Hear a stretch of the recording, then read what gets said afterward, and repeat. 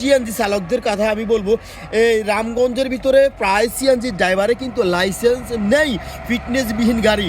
অথচ পুলিশ বলেন, আপনার চার্জেন বলেন, আপনাদের শুধু লক্ষ্য থাকে মানুষের মোটরসাইকেল উপরে, মোটরসাইকেল ধরে আপনারা কি পান। আমি বাইক চালাচ্ছেন যারা বা যারা গাড়ি চালাচ্ছেন, আপনাদের উদ্দেশ্যে আমরা একটা মেসেজ দিতে চাচ্ছি। সেটা হলো, ওই দিন অ্যাক্সিডেন্ট হয়েছে কোন জায়গায়? এই জায়গায় যে রক্তের দাগ, এই যে। আসসালামু আলাইকুম প্রিয় দর্শক, আপনারা জানেন যে আমরা আছি এই মুহূর্তে রামগঞ্জ থেকে হাজীগঞ্জ সড়কটি, যে সড়কটিতে গত 2 দিন আগে মোটরসাইকেল অ্যাক্সিডেন্টে দুইজন একেবারেই জায়গাতে প্রাণ চলে গেছে, একজনের আরেকজনকে মেডিকেল নেওয়ার পথে আসলে নিহত হয়েছে। আমরা একটু দেখাচ্ছি সেই জুতোগুলো, যে জুতো পায়ে দিয়ে তারা বের হয়ে আসছিল, কিন্তু আসলে এইটা যে তাদের জীবনের শেষ জুতা পায়ে দেওয়া, আসলে তারা কখনো কল্পনাও করতে পারবে না। আসলে মা বাবা থেকে বলে আসছে হয়তো ঘোরার জন্য বের হচ্ছে, তবে বাইক চালাচ্ছেন যারা বা যারা গাড়ি চালাচ্ছেন, আপনাদের উদ্দেশ্যে আমরা একটা মেসেজ দিতে চাচ্ছি। সেটা হলো, একটা দুর্ঘটনা একটা পরিবারের জন্য সারা জীবনের কান্না হয়ে থাকতেছে। তো আমি যে মেসেজটা দিতে চাচ্ছি সেটা হলো, এই জুতো পায়ে দিয়ে পরিবার থেকে বলে কিন্তু বের হয়ে আসছিলেন তারা, আসলে নির্মমভাবে রাস্তার মাঝে অ্যাক্সিডেন্ট হয়ে মৃত্যুবরণ, আসলে অত্যন্ত কষ্টের পরিবারের জন্য। তো আসলে আমি যে কথাগুলো বলবো এখন, সেই কথাগুলো হলো, আপনার সন্তানকে আপনি বাইক না দিয়ে কলম দেন, লেখাপড়া শিক্ষা দেন, তাহলে সেটা অনেক ভালো হবে।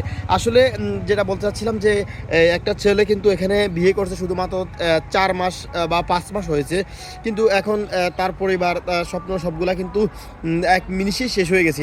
আমরা যখন রাস্তায় গাড়ি চালাই, আমরা কিন্তু একবারও চিন্তা করি না যে কি হবে। আমাদেরকে কিন্তু পরিবার বড় করছেন, আমাদের উপরে চিন্তা ভাবনা ভরসা করে রেখেছেন যে আমরা তাদের হাল ধরবো, কিন্তু আসলে আমরা যখন রাস্তায় উঠি তখন আমাদের মনে হয় না যে আমাদের পরিবার নামক শব্দ আছে, মাথা থেকে পরিবার নামক শব্দ সরে যায়। আমরা এমনভাবে গাড়ি চালাই যে গাড়িটা আসলে আমরা অ্যাক্সিডেন্ট করবো না, আমরা কাউকে অ্যাক্সিডেন্ট করবো, আমরা সেই চিন্তা কখনো করি না। আসলে অ্যাক্সিডেন্ট হয়ে দুইটা ব্যক্তির প্রাণ হারালো এই অল্প একটু বয়সে। আমরা আসলে বলবো না অকালে, মৃত্যুর কোনো কাল নেই, মানুষ যে কোনো সময় মারা যেতে পারে। আসলে সেই কথা থেকে আমি একটা কথা বলবো যে মানুষ মানেই মরণশীল, মানুষ মরে যাবে, কিন্তু আসলে কিছু কিছু মৃত্যু আছে যেটা আসলে এলাকাবাসী হতে শুরু করে দেশবাসীকে বেদনা দেয়, কাঁদায়।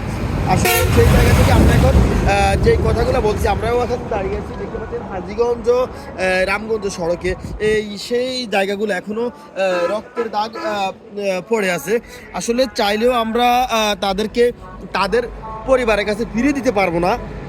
আমরা চাইলে শুধু একটা জিনিস পারবো, আমরা চেষ্টা করব যে আমরা যখন ড্রাইভ করব, সামনে পিছনে ডানে বামে কি আছে সেগুলো একটু আমরা ফলো করব। আর বিশেষ করে গাড়ির স্পিড এমনভাবে রাখবেন যাতে করে একটা দুর্ঘটনা হতে পারে স্বাভাবিক, কিন্তু আপনি যেন ধরে না যান বা বড় কোনো দুর্ঘটনা না ঘটে, সেদিকে অবশ্যই আমাদেরকে লক্ষ্য রাখতে হবে।